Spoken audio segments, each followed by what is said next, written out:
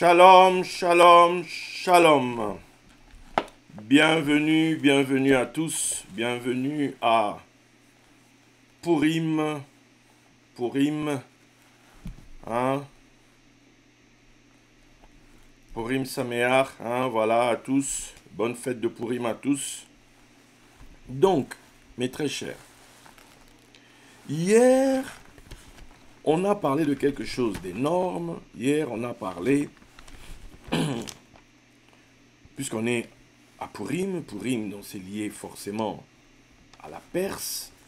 On a vu, excusez-moi, c'est quoi ça?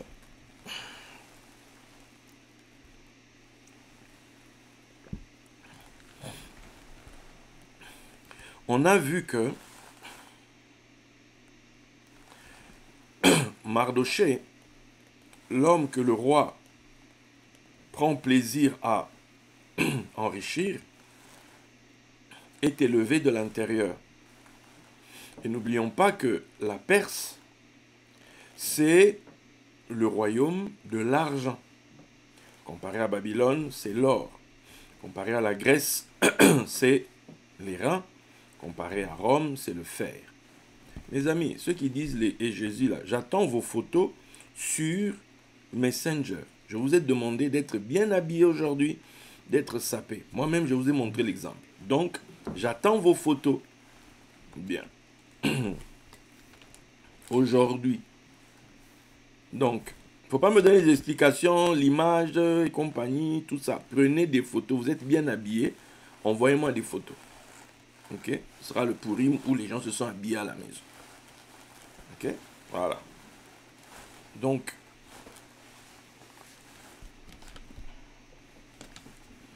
nous avons donc vu qu'il y a une élévation de l'intérieur du système et on a vu que, à l'instar de Joseph qui est élevé en Égypte à l'intérieur du système, il y a Moshe qui arrive et qui prend le contrôle de l'Égypte, qui domine l'Égypte venant de l'extérieur parce qu'il avait été chassé. Ok? Et n'oublions pas que là où, comment on va dire ça, l'Égypte, c'est le pays du 5, ben, je vous avais dit que le nom Ashvérosh a 7 lettres, Assuérus en hébreu a 7 lettres, et que la tradition dit que, par exemple, que Esther était soutenue, était assistée par 7 servantes. Et on nous dit encore que quand, toujours dans la tradition, que quand Esther va rejoindre le roi dans ses palais personnels, etc., Esther va passer 7 antichambres. Donc on comprend donc que la Perse, c'est donc le pays, la maison du 7. La maison du 7 d'un côté et la maison du 5 de l'autre. Dans la maison du 5, on voit l'élévation de Joseph de l'intérieur, Moïse de l'extérieur, puisqu'il vient avec le bâton et il soumet la maison du 5. Et la maison du 7, on a Mardochée qui est élevé de l'intérieur, qui apparaît revêtu de byssus, qui sort de la maison du roi. Okay? Mais on a aussi donc Alexandre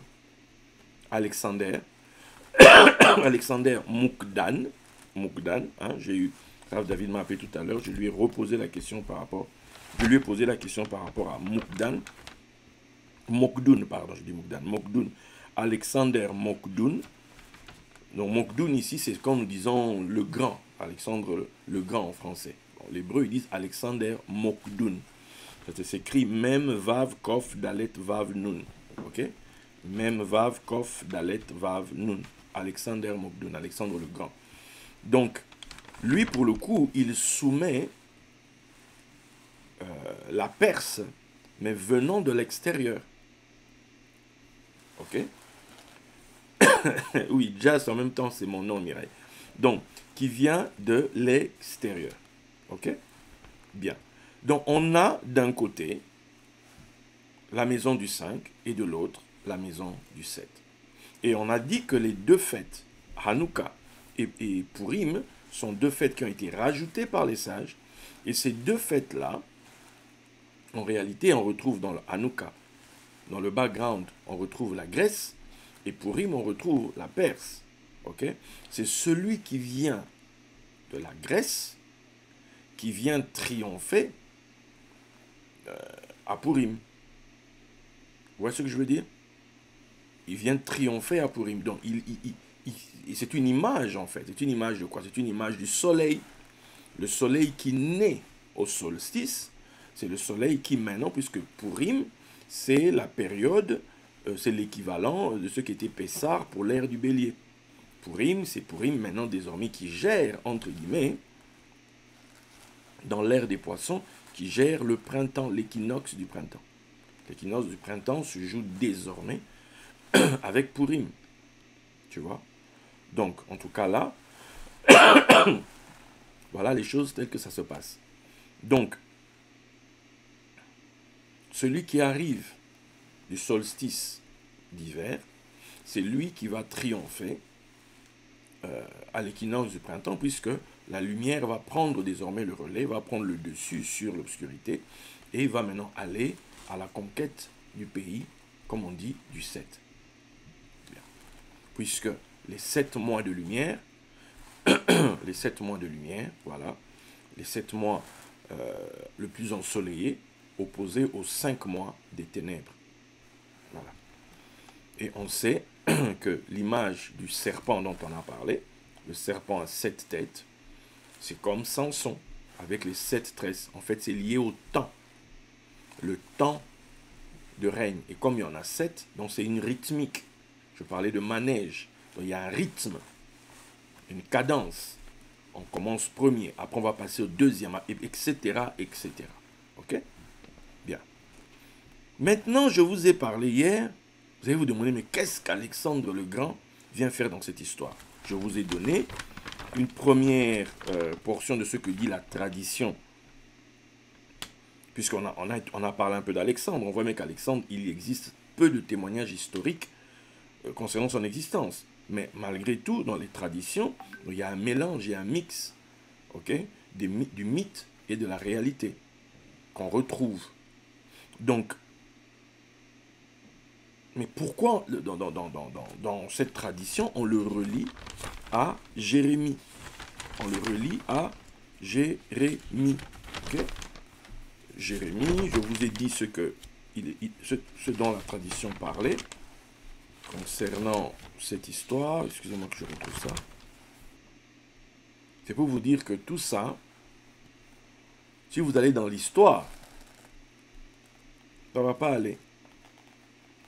Si vous allez dans l'histoire, vous allez vous perdre.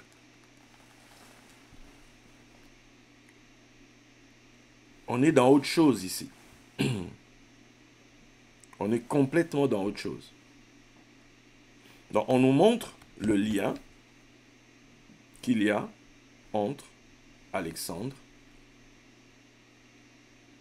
On justifie, si vous voulez, on connecte. On connecte Alexandre et Jérémie.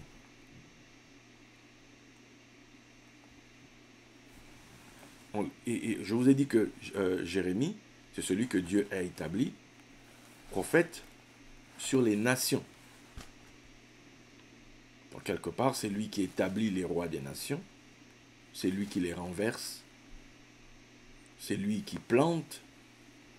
Là où Samuel a établi David en Israël, c'est Jérémie qui établit les nations, c'est-à-dire et leurs rois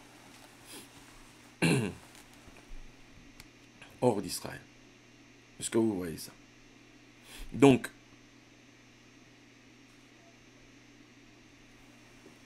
Moïse avait un côté royal et il était aussi prophète quand il vient de l'extérieur.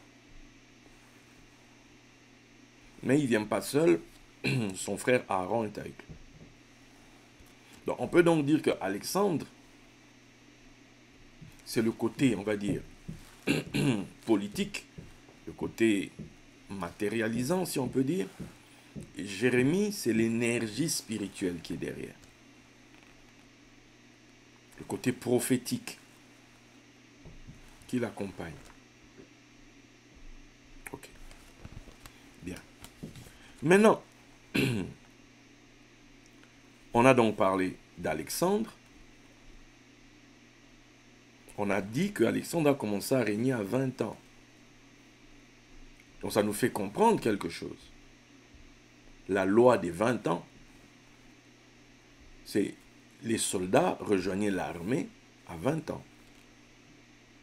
Or, on a compris qu'Alexandre, étant fils de l'Olympe, de la montagne des dieux, à travers sa mère, le nom de sa mère Olympias, fils de Zeus, d'après sa mère.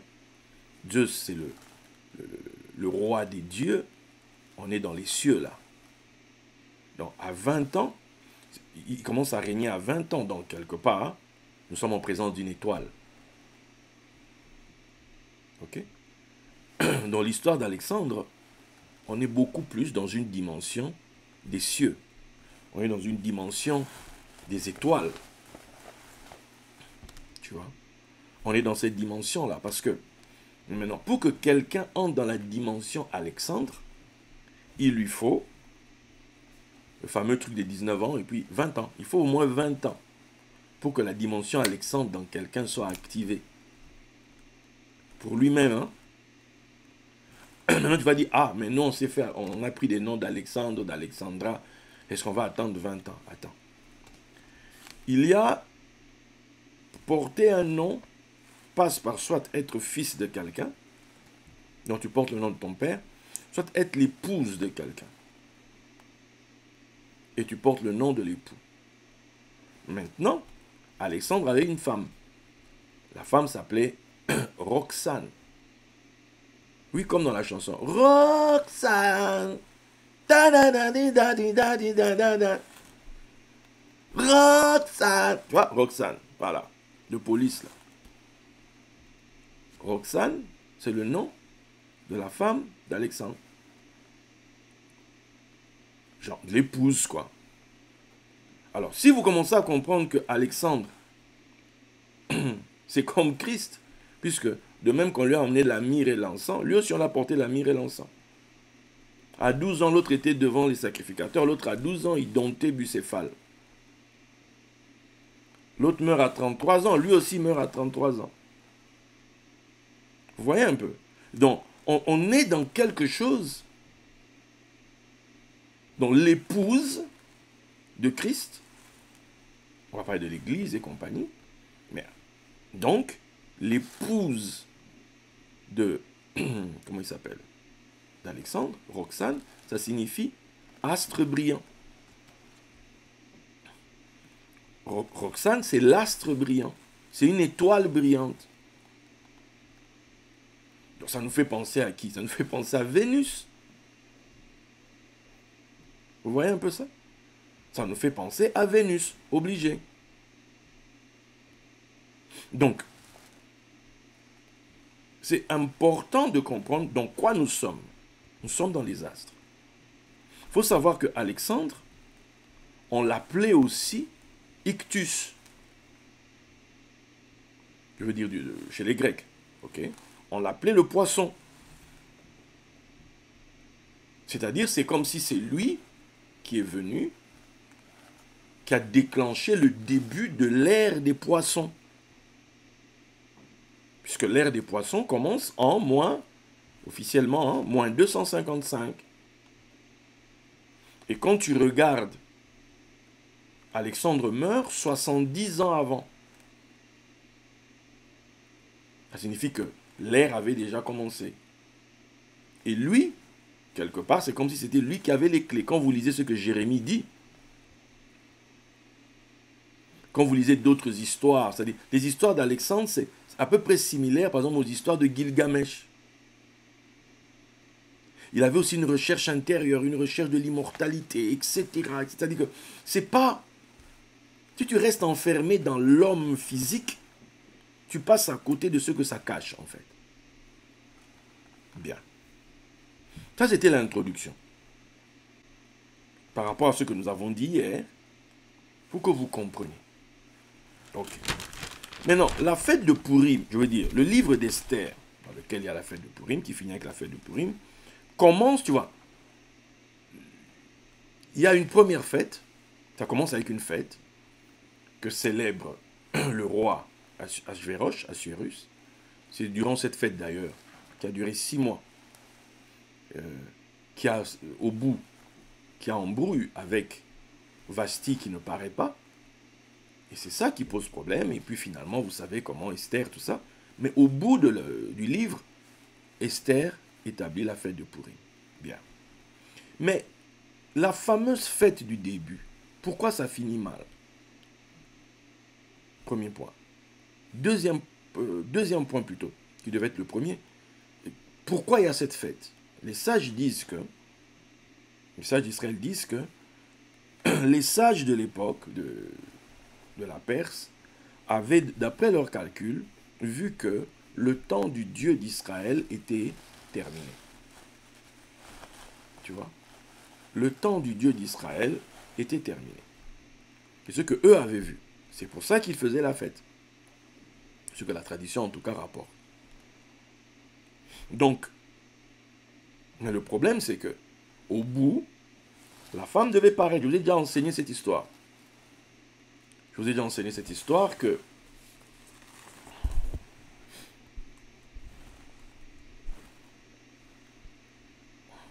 normalement, pour eux, le temps du Dieu d'Israël, c'était l'ère du bélier. C'est comme ça que c'était considéré.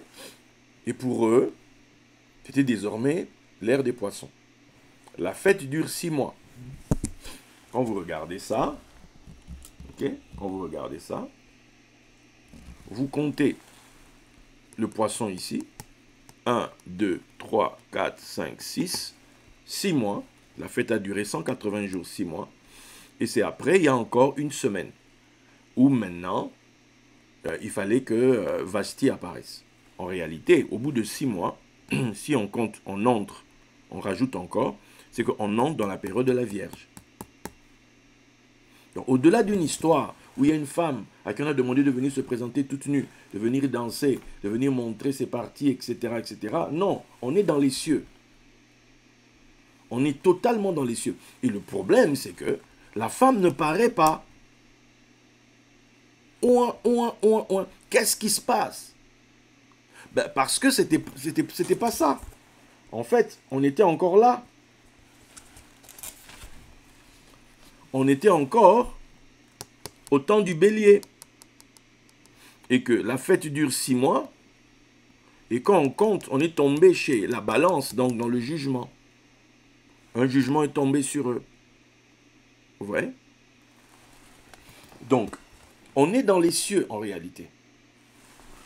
Donc, l'histoire commence par la fête est gâchée parce qu'on a mal discerné les temps. La fête est gâchée parce qu'on n'a pas su compter les temps. Jésus nous demande de savoir discerner les temps. Il dit, vous savez voir quand il va pleuvoir, vous savez voir quand il va faire chaud, vous savez, mais vous ne savez pas, ce temps-ci, vous ne savez pas ce que c'est. Vous ne savez pas discerner ce temps.